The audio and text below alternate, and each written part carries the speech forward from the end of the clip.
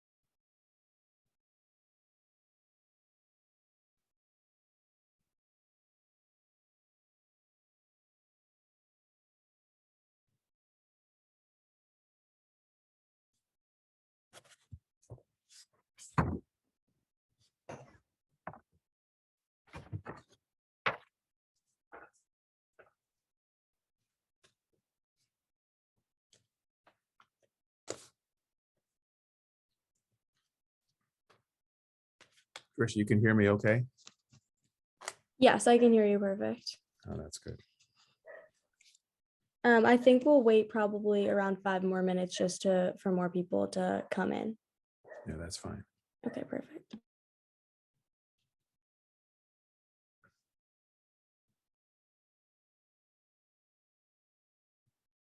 you think this is before or after dinner for most people? I think maybe before. I tend to eat on the earlier side, but I know a lot of people have sports and outside of school activities, so I'd say before.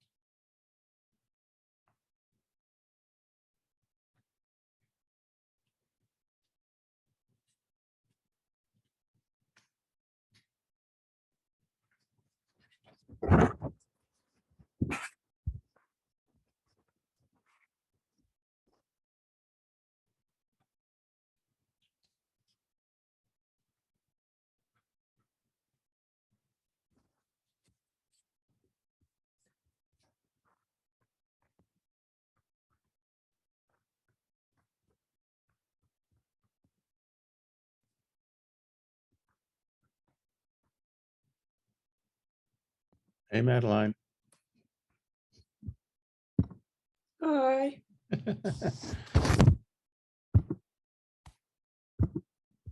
Madeline has been helping me with all the Instagram, just for everyone else on here. Madeline has been helping us with the Instagram and the website. So I just want to introduce her for those that have joined the other sessions, but we're so lucky to have her. She's been doing an amazing job.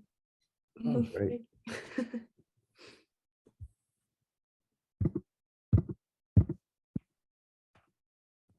Madeline will have heard most of these, not most, but some of these comments before. So Yeah, it's good skills to have though.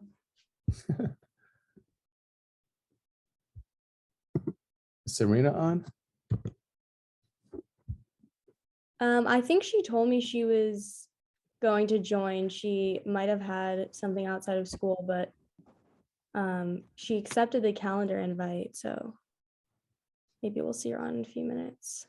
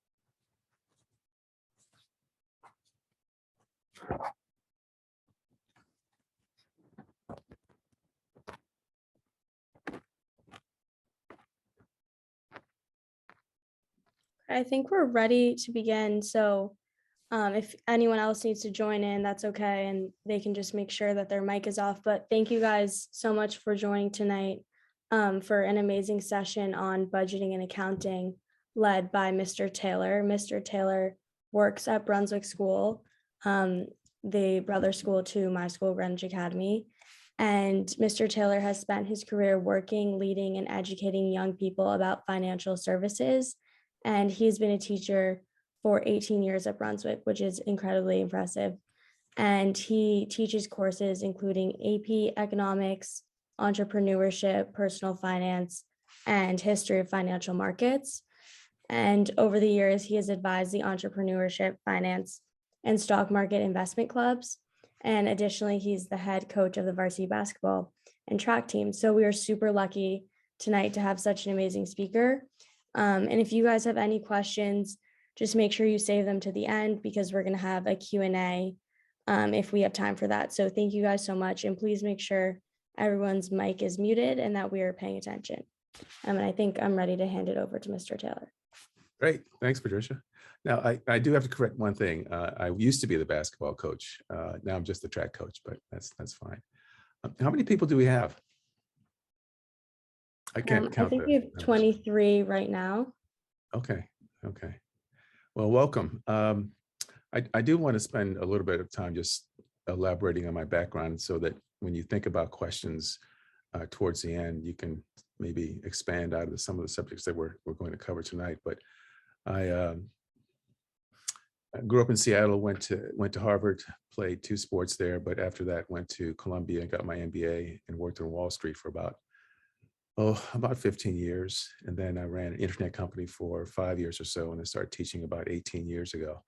And then I've had 2 boys who went through Brunswick, 1 girl graduated from GA, and they're all entrepreneurs, including my wife. And again, so as you think about questions and think about budgeting, I feel free to ask me questions which may go beyond the scope of those 2 subjects.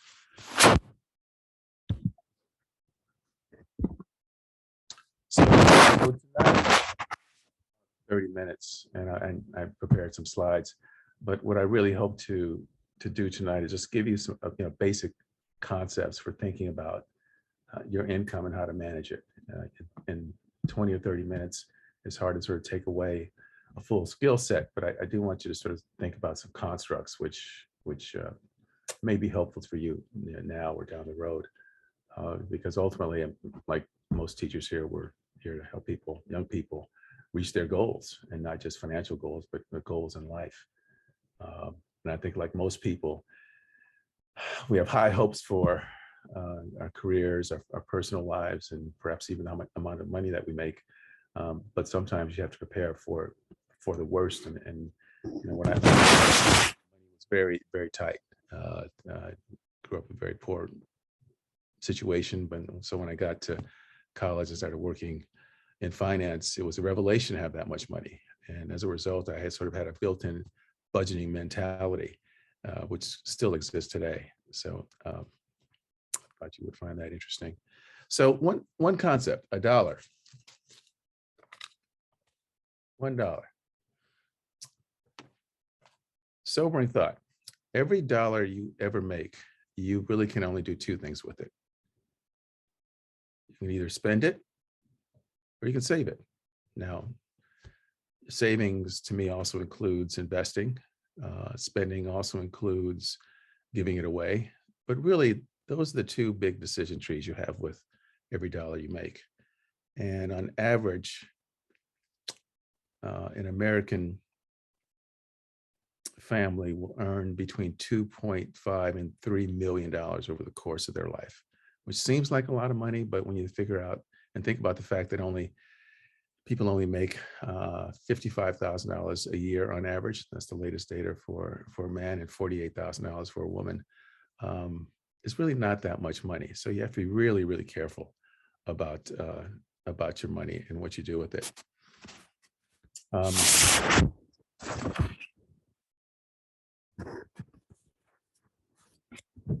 we get into how you spend your money, I want to talk about savings. And one of the most important things about savings is that it gives you the opportunity to have more money down the road. And the key to this really is this concept called compound interest. Raise your hand if you want to volunteer what compound interest is, or just volunteer it. Go ahead, Marlena. Or Marlene.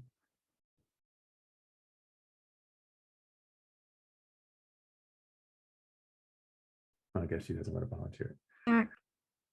Sorry, I'm kind of at work right now. So no problem. So compound interest is this idea that your money earns interest on itself.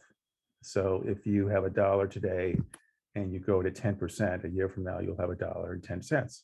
Well, if that same $1.10 grows at another 10%, then you'll have $1.21 in 2 years.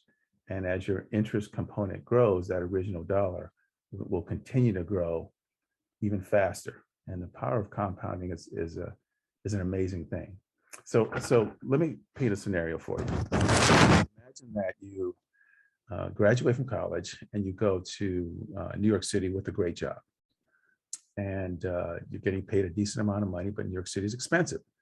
So you share your first apartment, maybe you're working finance, maybe working long hours, start to make more money, and then you decide that you want your own apartment, perhaps a nicer TV, perhaps nicer clothes, nicer furnishings, and next thing you know, 2 or 3 years have gone by, and you decide perhaps maybe I should buy a place or spend even more money on a car, and next thing you know, maybe you're married, thinking about having kids, and you're 30 years old and you've had a pretty nice life up to that point, and you say, you know what, gosh, it'd be really nice to start saving for retirement.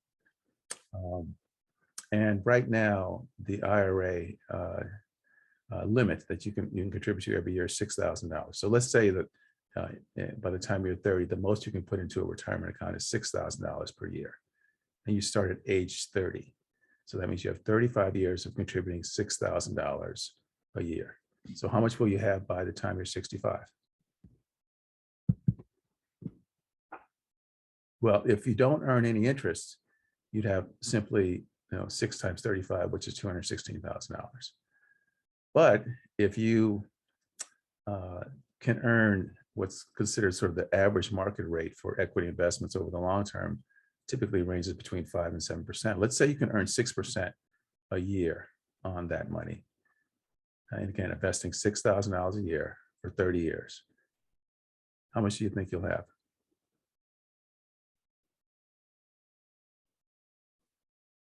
What do you think, Patricia? If you use the compound interest, Just maybe guess. 500,000. Okay, that's a fair guess.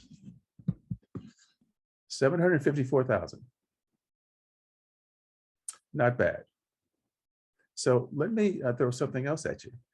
Let's say you decide, instead of spending every dollar you earn when you get out of college, and let's say that you're even more frugal when you're in college and you start saving while you're in college. And so instead of saving for 35 years, you save for 45 years and start at the age of 20. So for an extra 10 years of payment, which would be an extra $60,000, basically. What do you think your money could grow to by the time you're 65?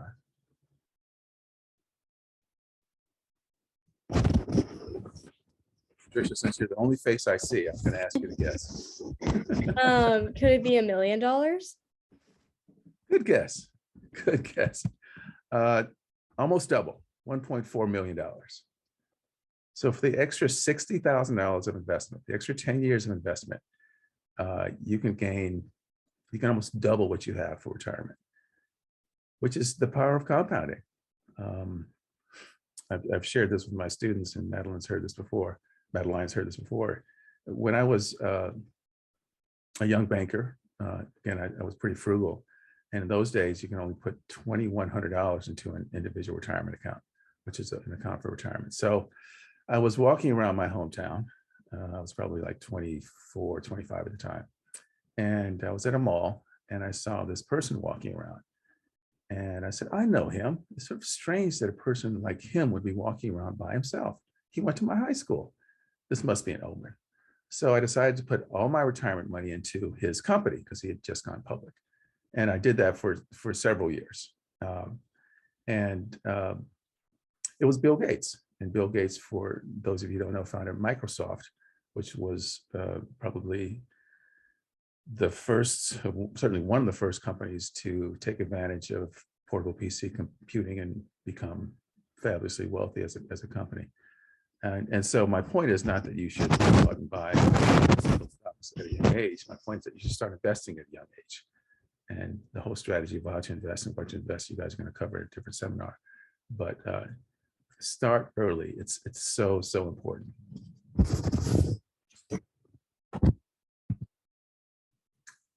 Just to give you some data, people don't save in general, particularly young people. The average household has saved $65,000 for retirement, and that's the median savings. Now, if you look at the average is a lot higher, but the median is pretty low. For those that are 35, it's 13,000, and it's kind of a sad thing. But I know lots of people in their 40s and 50s, perhaps even older, who simply go to work because they have to go to work. They have bills to pay, they have college tuitions to pay, they've got a lifestyle to pay for, and frankly, they're not happy and they feel trapped. And I think if they had their money working for them, they wouldn't have to be working for it when they get older. So make sure you don't spend your whole life working and stressing out about money, because it's unfortunately really not a very good way to think about your life. Savings is hard though. So imagine you make $80,000 a year. I think I mentioned before that the average salary is $55,000. What take home $80,000 a year is about $4,900 in New York State. If you live in New York City, it's about $4,500. Given that you'll probably spend $2,500 to $3,000 a month sharing an apartment, that leaves you with about $2,000 to pay for everything else you need to pay for. So you really have to make some real sacrifices to save early at a young age. And it's not easy because you're young, you'd be in New York City, one of the most exciting cities in the world, but you really have to think about your budget in those terms. What do I sacrifice now for having the freedom later that I want to have in life? So where do you begin? The first thing you look at really is, what do I have now?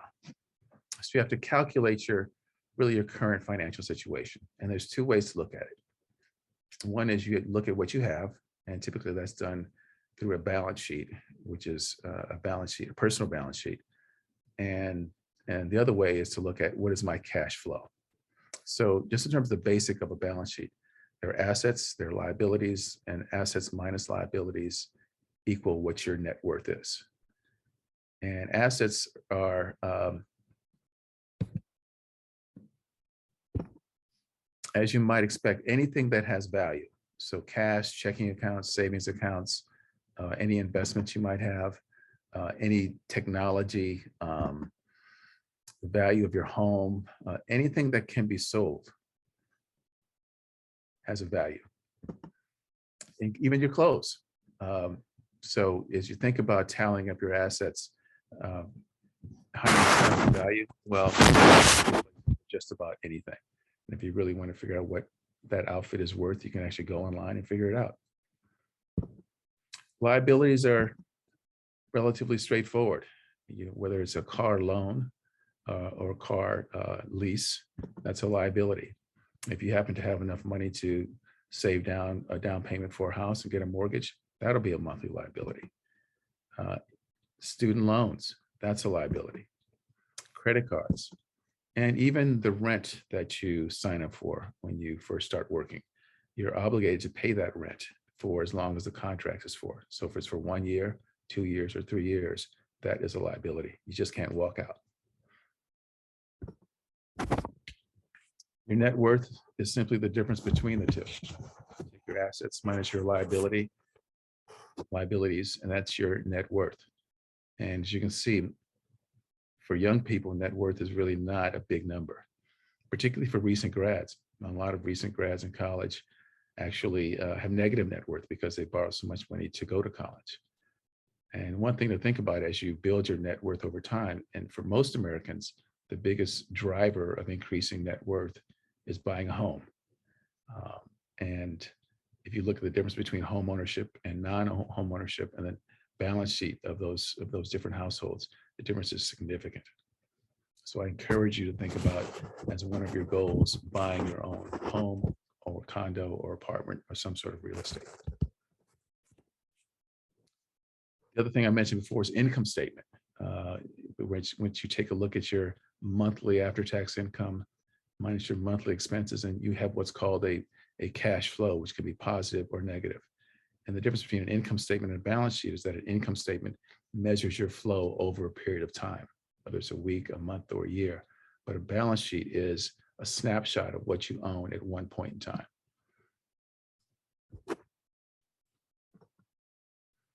Here's an example of someone's income statement.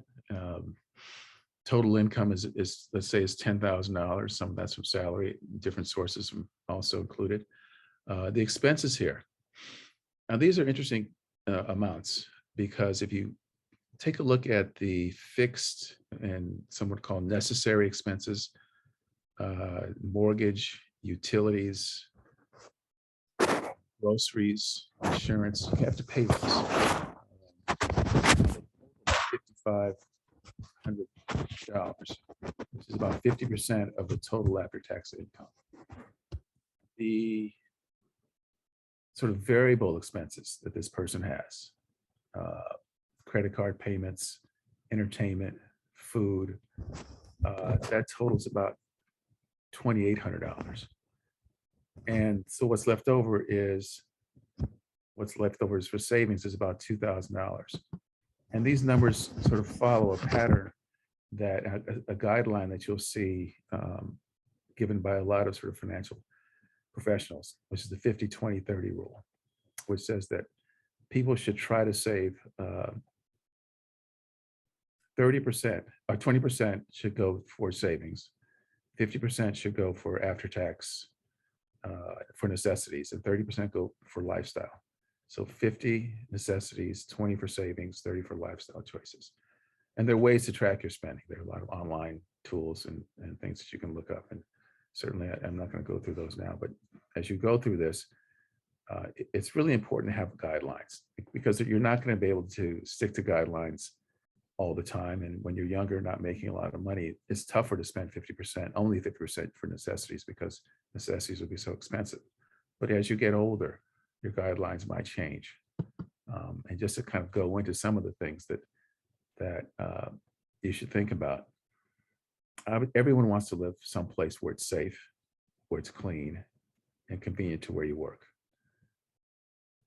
That's not to say you need to spend $10,000 a month to rent an apartment.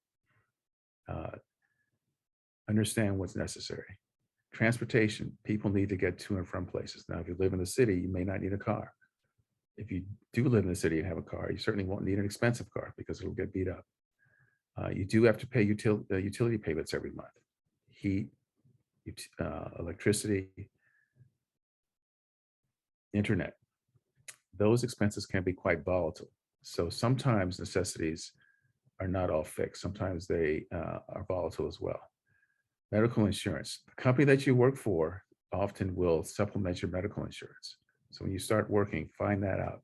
Will they pay for a portion of your monthly medical insurance? Because that can be a big number for them to pay. Grocery shopping, be smart.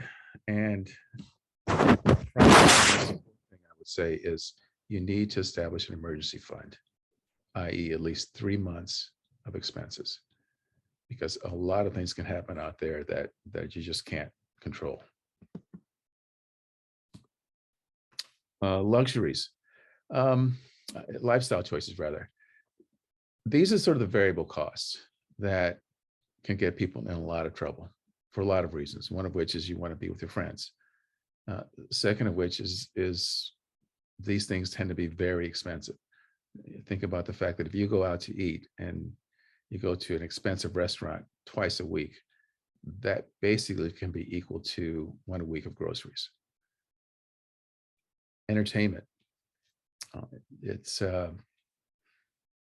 anything from going to sporting events to shows to clubs.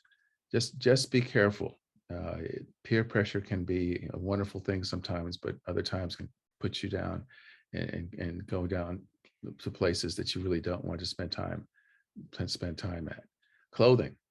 I happen to have collected a lot of items of clothing over the years, and my wife buys a lot of stuff too, but I always remind her and remind myself, you can only wear one outfit at a time. You really don't need that many clothes. And travel, plan for travel, save. Just don't fly off to the Hamptons or skiing, whatever your friends decide is a good idea. These are all choices. And the thing about necessities and lifestyle choices is that they're really your values. You have to decide what kind of lifestyle you want to live. But be very careful because, again, to save, it requires a lot of discipline. Just a couple comments on savings. There are ways to save which are relatively painless. For example, you can tell your company to take out a certain amount of money from your paycheck and deposit into either a dedicated savings account or into a retirement plan, either your IRA account or the company might have a retirement plan for you called a 401k. The beauty of these retirement plans is that whatever they're invested in, you don't pay taxes on any income or capital gains over the course of your life until you take the money out when you're 65 years old. And that's, again, that increases your effective compounding rate significantly. And they are the best way to save.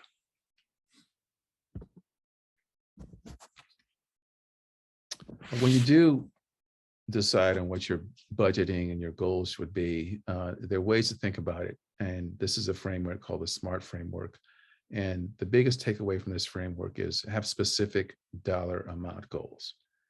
If you want to buy a place at a certain time at a certain age, you have to know exactly how much you need to save. You need to know exactly how much you need to save per month. You need to know how long you need to save it. And you have to know how it's going to be invested. So be realistic, put a time frame, and put real numbers to whatever your goals are. And because budgeting, like many things in life, like the way we spend our time, how you set up your budget really reflects your priorities, what's important to you. And to do that, you need to be really honest with yourself about what's important to you. And no one can tell you that. When you're on your own, it's up to you. It's not up to your parents, not up to your friends. It's not up to your siblings. You have to decide what's important to you because, again, it's your money, just like it's your time. And I used to think about goals in three constructs: short-term goals, intermediate goals, and long-term goals. Short-term goal could be to graduate from college with a certain amount of debt, no more than a certain amount of debt. An intermediate goal could be to have a certain amount of salary income by a certain age. And a long-term goal could be to buy a house at a certain time, at a certain age. Be specific though, figure out what your resources are and plan for some salary increase, but certainly don't bank on it. Just to comment on goal setting personally. When I was in college, I spent a summer working at an investment bank called Solomon Brothers. And I became enamored with the street and the culture and the competition and the people that work. Later on in my college career, it occurred to me that some clarity came to me.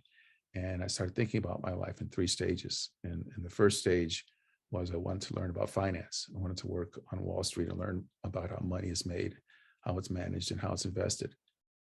I also said I wanted to be an entrepreneur.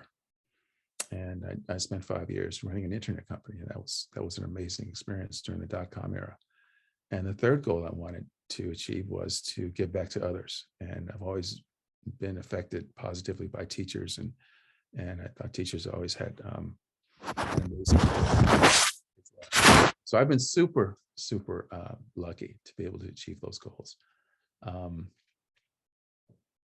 So at some point, you should try to come up with your own goals and maybe They won't be financial, maybe they'll be broad-based, but I think having goals is a very important thing, because once you have those goals, you can sort of figure out what kind of financial targets you need to have to meet those goals, because your goals may not be financial. They may be broader than that. A lot of people don't plan. Life happens, it hits them, and they end up living from paycheck to paycheck. They also, because of that, don't have the flexibility to change jobs when they're realizing they're in a job they don't like. They can't handle emergencies. Who knows when someone will break into your car, or you get into an accident, or someone steals something from you. And one of the most frustrating things in life is not having options. And having financial flexibility is one way to give yourself more options. So planning is really important. A couple of other comments. We're sort of hitting the end of my speaking comments here, but I know you're going to talk about borrowing later on, but I do have one quick thought about borrowing. I think borrowing has its place. And in some ways, in some purposes, borrowing can be quite positive. When you borrow money to go to school, I think that makes a lot of sense as long as it's within reason. If you borrow money to buy a house, that makes a lot of sense given the historical value and historical appreciation of houses. But when you start borrowing money to go on vacations or going out to eat, those assets don't appreciate. They're depreciating assets. And one of the things I've noticed about younger people, my kids included, is that they place a lot of value on experiences, as opposed to my generation, which probably placed more value on having things and stuff. I'm not saying that that's wrong or good. I'm not judging it, but it's just be careful when you start drawing down your credit card to go on vacations, because the interest rates on credit cards can make you regret it big time later on.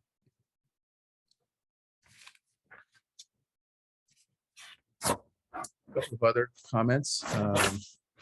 Understand yourself, as I've said before. What's necessary for you may not necessarily be necessary for somebody else. Same is true with luxuries. In college, I've said this to students before. I think the most important thing you can do in college is actually not academic. I think a lot of kids will get good grades in college, even great grades in college. I think kids will have wonderful experiences in college. But I think the most important thing you can do in college is to get a summer job, a summer internship in an industry that you think you would want to work in afterwards. Because when you're a senior applying for jobs, the first thing those firms are going to look at is, what did this person do during the summer? If this person is really committed to my industry, why didn't this person have an internship, paid or unpaid? And if you don't, it's going to be hard for you to compete with other students who have had those experiences. Graduate from college. 40% of students don't graduate from college. They will spend the rest of their lives regretting that. My very best friend in life didn't graduate from college, and probably took him 30 years to earn over 6 figures. Always regretted that. Lastly, and this is a big rabbit hole here, but if you have a summer job and you've earned less than $12,000, you shouldn't be paying federal income taxes on that.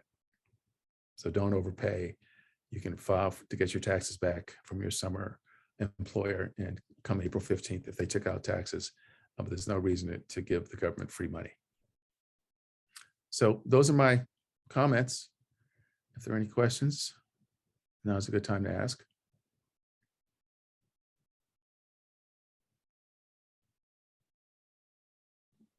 If anyone has any questions, you guys can feel free to unmute or put it in the chat if you want to keep your mic off. Or you can, yeah. I'm not sure. Can I see your chat, Patricia, if someone types something in? Yes, I think you can see the chat. Okay.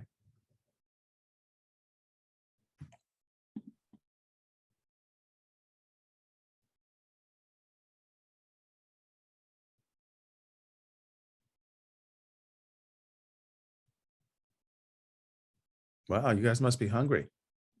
No, I think okay. I think a question just came in from Evelyn, or 2 questions actually. Evelyn asked, any recommended books to read? Yeah, I see 3 questions. Oh, there's so many good books. Um, if you're interested in investing, A Random Walk Down Wall Street gives you a really good sense of the basic theories about investing in the stock market. Um, gosh, there are books by, I actually would read, depends on what sort of area of finance you're interested in. If you're interested in entrepreneurship, then lots of great biographies out there. If you're interested in personal finance, if you're interested in investing, the list is long. What do I mean by automatic deductions? So that's a good question. When you get a paycheck from your company, they're going to take out money for taxes, and they'll take out money for other things too. You can actually tell the company to take out money for certain things. So that's called an automatic deduction from your paycheck. So your after-tax check, the amount that you have in your check, is what you have to spend. Well, if they automatically take out money from your check, then it's paying yourself first without even having to think about it. It's a disciplined way to save. College debt.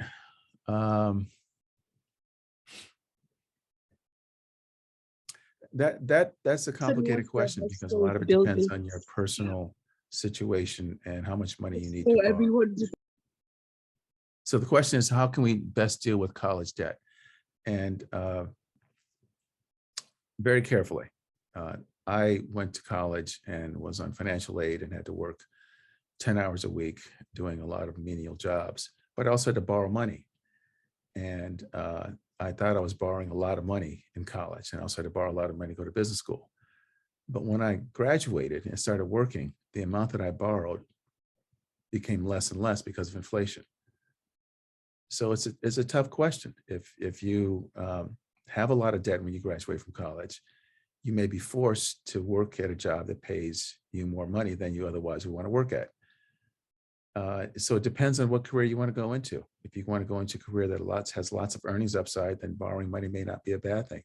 But if you want to go into a career where earnings are not part of the real attraction, then perhaps you want to be more conservative about how much money you borrow.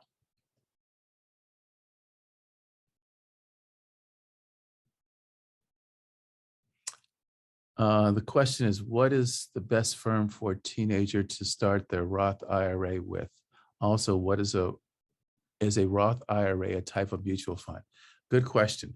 A Roth IRA and a regular IRA, those are simply the names of the accounts you set up when you want to start saving for retiring. And a Roth IRA you set up with money that has already been taxed, so that when you take the money out of the Roth IRA, you don't pay any taxes on it. A regular IRA you set up with money that has not been taxed. And when you file your tax return, you actually will put on your tax return the amount you contribute to an IRA that has not been taxed. So you don't pay taxes on that money until you take it out when you're 65. That's kind of a simple discussion of a complicated topic, but there are lots of firms out there that can help you with setting up an IRA account. Lots of firms. And I think we have maybe one more question here. The best way to start investing. What do you think is the best way to start investing? Mutual funds. I think that if you buy the market, you can do so by buying a mutual fund that replicates the performance of the S&P 500. Most fund managers actually don't perform better than the S&P 500 index. Most hedge fund managers actually don't do that in the long run. It's very hard to beat the market, so why try? And this is a strategy which has been around for a while, which simply just buy the market and hang on to it. Don't sell it. It goes down. Just keep putting the same amount of money in every year, every month, whatever the case may be, because our economy has been and will continue to be the most important economy in the world. So as a result of that, it will continue to grow. Now, whether it's going to grow at 5 or 7% over the next 50 years, I don't know. But it's hard to think of another economy right now to put your money in for the long term.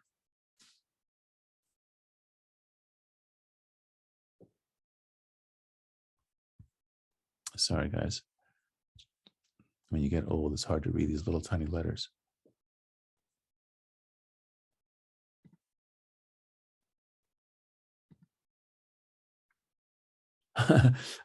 Question, how do you suggest a teenager start legally investing given age restrictions? Oh, really good question.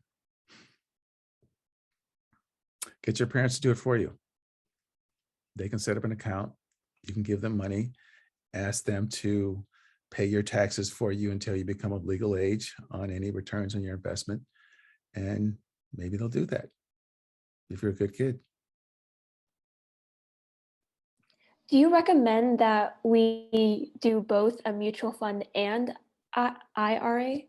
Like So an an IRA, you can put stocks, bonds, mutual funds, any kind of investment you want into an IRA. It's just a type of account. And it's a legal designation for investment accounts that are not required to pay taxes.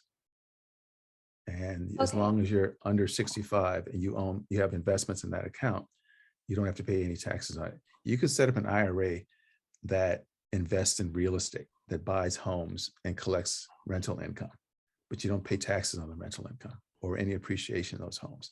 So again, it's a very flexible type of account. And mutual funds can go in there. You can buy IRAs, you can put NFTs in there, cryptocurrencies, whatever you want. I don't suggest that, by the way. Okay, thank you.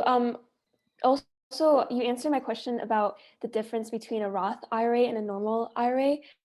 Do you think it's better to put in money that has been taxed already, or should you wait till you're 65 and then everything you have gets taxed at that time? Yeah, I think when you're young, you should take advantage of the deduction. When you first start working and take advantage of the deduction, the assumption is that the tax rate that you'll pay now on your salary will be lower than the tax rate you'll pay when you're 65, which is kind of the underlying assumption for regular IRAs. You know, Roth IRAs, certainly if you want to pay your taxes now on the money, you won't have to pay taxes later. And there are some other sort of technical reasons why a Roth IRA may be advantageous later on when you get older.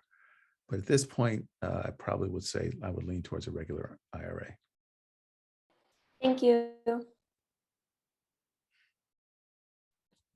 Okay. I think that's about it, Patricia.